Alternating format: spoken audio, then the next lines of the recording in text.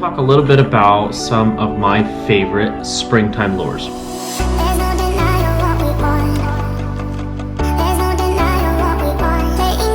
These lures are ones I have a lot of success on, and they're ones that I really enjoy fishing, which I think is most of the battle when you're fishing anyway. One of these lures really does it for me. So let's talk about the Zoom Salty Super Fluke.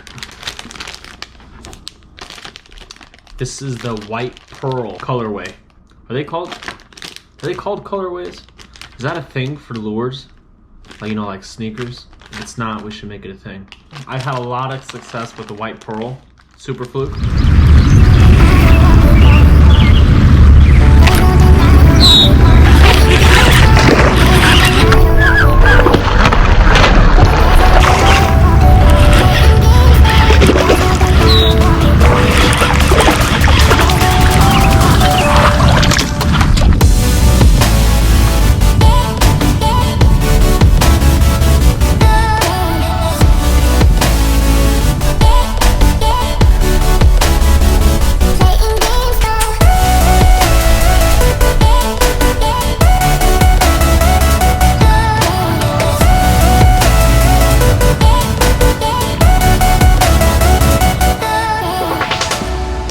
If you're not familiar with the colors, I usually fish pretty clear water. It usually has a lot of visibility, so white usually works quite well for me. White or clear, very realistic colors. What I like to do is throw this on a hook, very similar to this one here, that's already got the weight. And it's pretty simple. You're just gonna rig this up the exact same way you would as a Texas rig. Just like so. Now, one thing I've definitely been curious about, and put it in the comments if you know, there's this opening underneath this Super Fluke here. Do you guys rig it up this way on the hook with the opening at the bottom? Or do you rig it like this with the opening at the top? So the hook sits in it like that. I usually do it like this. We'll go ahead and rig this up here.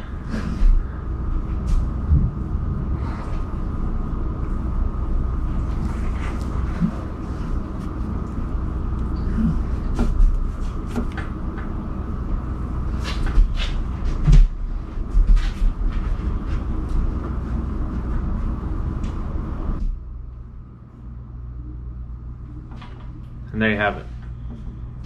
And that is how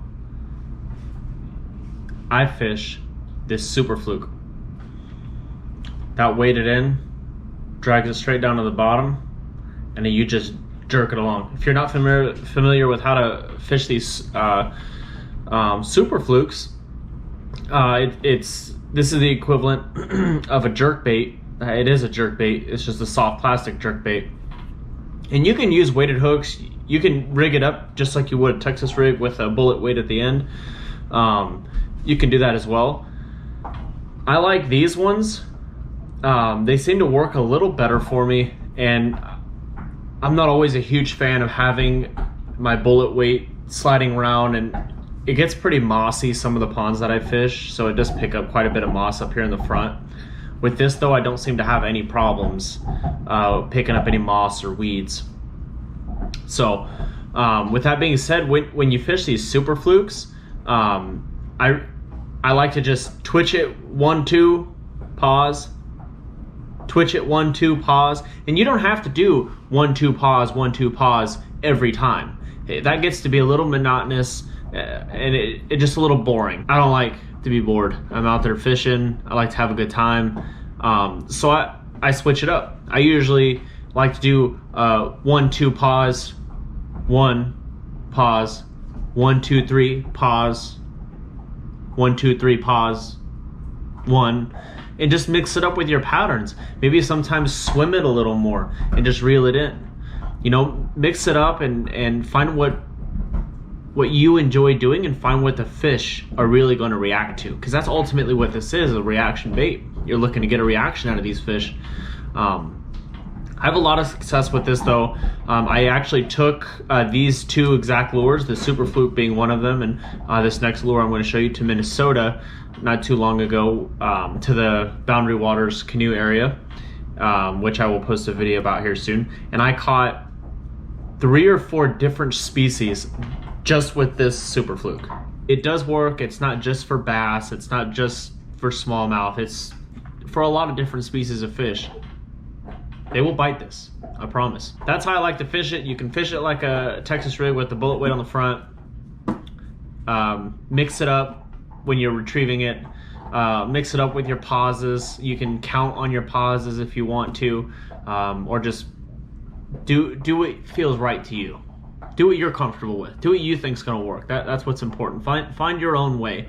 Hopefully I give you just enough information for you to go out there, and then you can kind of play around with everything that you got going on. So try that. I'm pretty sure this is only a 4-inch Super Fluke. So, and I'm pretty sure this is a 4/0 hook as well. 3 or 4/0. Basically, if you're ever curious, I usually, if I don't know, I'll just take my hook and I'll take my lure, and I just want to cover as much of the body as I can without taking away too much of the movement.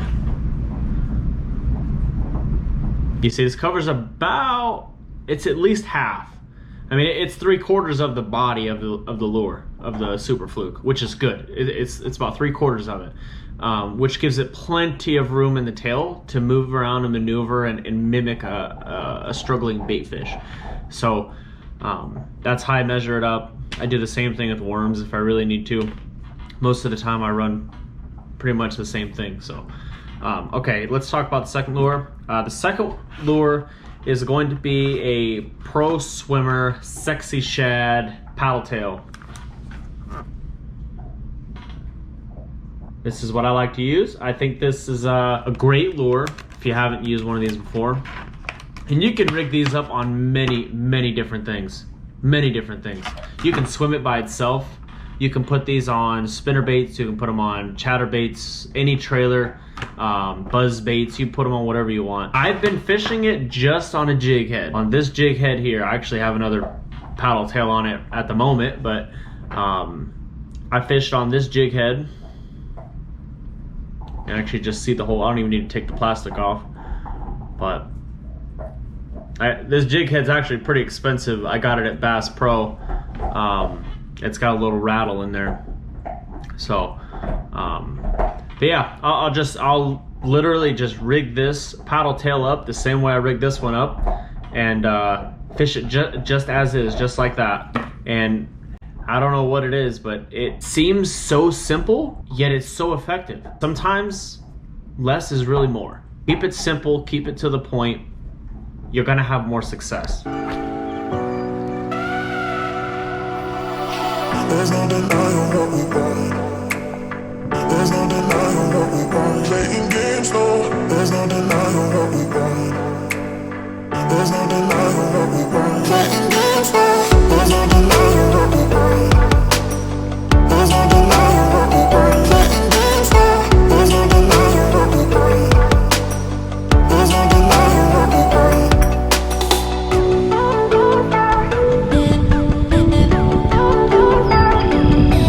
Smashed it. He's healthy. It's a nice fish. When I fish this, I play around with my retriever a little bit. Sometimes I'll let it sink and let it get a little deeper, just kind of depending on where the fish are. If the fish are shallow, as soon as I cast out there, if I start reeling, boom, they'll hit right away, no problem. Sometimes if the fish are a little deeper, I'll cast it in a little more open water off of points. You can, I mean, if you're fishing it fast enough and you're keeping it just over the tops of some of the weeds, they will nail this thing. So that's something to try. Like I said, these aren't my absolute favorite lures in the spring. These aren't the only lures to use in the spring. But these are two very successful lures, ones that I've had a lot of success on. And just so I had a leg to stand on, I actually went out and fished both of these lures today in the middle of a thunderstorm. I actually caught 2 fish on both of these lures, well, 1 fish each, but 2 fish in total, just to prove that it doesn't matter the conditions, it doesn't matter the place. I just went out, I threw the lure, caught the fish, just like that. Less is more, right? Straight to the point. So I really do like the colors of this. This is the Sexy Shad. paddle tail. Lots of action. This thing is fantastic. I've actually used them all up, so I need to get more of those. So, an experiment, guys, with the colorways. I have a Super Fluke that looks a lot like bass color, a baby bass. You know, fish are cannibals. Fish it on. You can fish it on a regular jig head. You can fish it on a circle jig head. You experiment. Use them as trailers. If you haven't used paddle tail as a trailer before, try it on a trailer and see what you think. I am gonna post a video here soon about my Minnesota trip. There is some fishing, some camping stuff I'm gonna put in there. I will be posting some information about the Boundary Waters canoe area trip, kind of my expectations, some things I was looking forward to, my thoughts. It was my first experience up there, some things that I did and some things that I wish I had done differently. I was a little caught off guard a couple of times. I was definitely out of my element a little bit. So stay tuned for that. Hopefully I can give you guys some information, some little tips that I picked up for my next trip up there, because I will be going back next year, better believe it. Gorgeous place, and some things that I wish that I knew the very first time that I went, but I'm a guy who likes to just get out there and experience things, and I like to learn the hard way sometimes. So trial and error, right? So stay tuned for that. If you guys like this video, like and subscribe. I'll post more content like this. I'll be posting a bunch of content, everything outdoors. Give you guys a little bit of my perspective. Peace out.